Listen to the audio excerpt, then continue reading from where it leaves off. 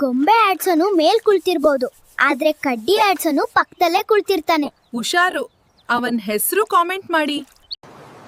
ಯಾವತ್ತಿಗೂ ನೆನಸಾಗದ ನನ್ನ 2 ಆಸೆಗಳು, ಒಂದು ನಿನ್ನ ಪಡೆಯೋಕೆ, ಇನ್ನೊಂದು ನಿನ್ನ ಮರೆಯೋಕೆ.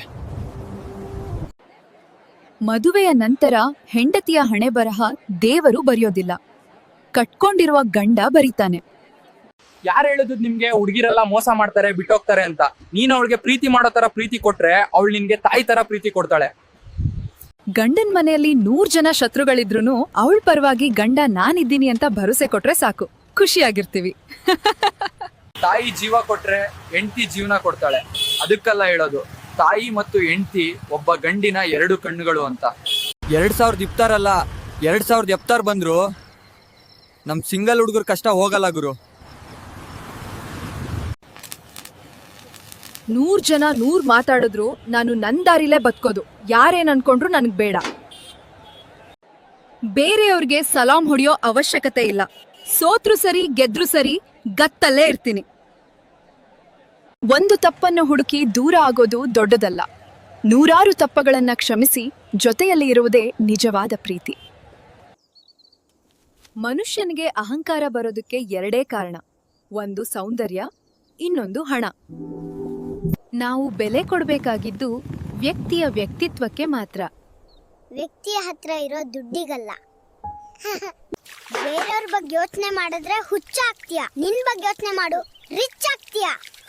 100 ರೂಪಾಯಿ ಇರುವನು ನೆಮ್ಮದಿಯಿಂದ ನಿದ್ದೆ ಮಾಡುತ್ತಿರುವನೆಂದರೆ 100 ಕೋಟಿ ರೂಪಾಯಿ ಇರುವವನಿಗೆ ಸಮ. 100 ಕೋಟಿ ಇದ್ರೂ ನೆಮ್ಮದಿಯಿಂದ ನಿದ್ದೆ ಮಾಡಿಲ್ಲ ಎಂದ್ರೆ ಆ ದುಡ್ಡು 1 ರೂಪಾಯಿಗೂ ಸಮ. ಹೆತ್ತ ತಂದೆ ತಾಯಿಗೆ 1 ಹೊತ್ತು ಊಟ ಹಾಕದ ಮಕ್ಕಳು ಎಷ್ಟು ಕೋಟಿ ಸಂಪಾದನೆ ಮಾಡಿದ್ರೆ ಏನೂ ಪ್ರಯೋಜನ? ದುಡ್ಡು ಮಿತ್ರನ್ನ ಶತ್ರು ಮಾಡುತ್ತೆ, ಶತ್ರುನ ಮಿತ್ರನಾಗಿ ಮಾಡುತ್ತೆ. ಏನಂತೀರಾ? ಕಾಮೆಂಟ್ ಮಾಡಿ. ನಮ್ಮ ಕರ್ನಾಟಕದ ರಾಜ್ಯ ಮರ ಯಾವುದು ಮಗು? ಶ್ರೀಗಂಧ ಮರವು. ಉತ್ತರ ಸರಿ ಇದ್ರೆ ಲೈಕ್ ಮಾಡಿ. ಜೀವನಕ್ಕೊಂದು ಅರ್ಥ ಸಿಗ್ಬೇಕೆಂದ್ರೆ ಇಷ್ಟ ಬಂದಂತೆ ಬದುಕಬೇಕು, ಕಷ್ಟ ಬಂದ್ರೂ ಎದುರಿಸ್ಬೇಕು. ಮನುಷ್ಯನ ಜೀವನದಲ್ಲಿ ದುಡ್ಡು ಮುಖ್ಯ ಅಲ್ಲ, ಆದ್ರೆ ನೀನ್ ಸಂಪಾದನೆ ಮಾಡಿಲ್ಲ ಅಂದ್ರೆ ನಿನ್ ಮನೆಯವರು ಕೂಡ ನಿನ್ಗೆ ಗೌರವ ಕೊಡಲ್ಲ. ಮರ್ಯಾದೆ ಎಲ್ರಿಗೂ ಕೊಡೋಣ, ಆದ್ರೆ ನಂಬಿಕೆ ಯೋಗ್ಯತೆ ಇರುವವರಿಗೆ ಮಾತ್ರ ಇಡೋಣ. ಪವನ ಪುತ್ರ ಹನುಮಂತನ ಕೃಪೆ ಸದಾ ನಿಮ್ಮ ಮೇಲೆ ಇರಲಿ. ಜೈ ಆಂಜನೇಯ, ಜೈ ಶ್ರೀರಾಮ್. ತಂದೆ ಆಂಜನೇಯ ಎಲ್ಲರನ್ನೂ ಕಾಪಾಡು ತಂದೆ, ನಿನ್ನ ದಯೆ ಸದಾ ನಮ್ಮ ಮೇಲೆ ಇರಲಿ. ಜೈ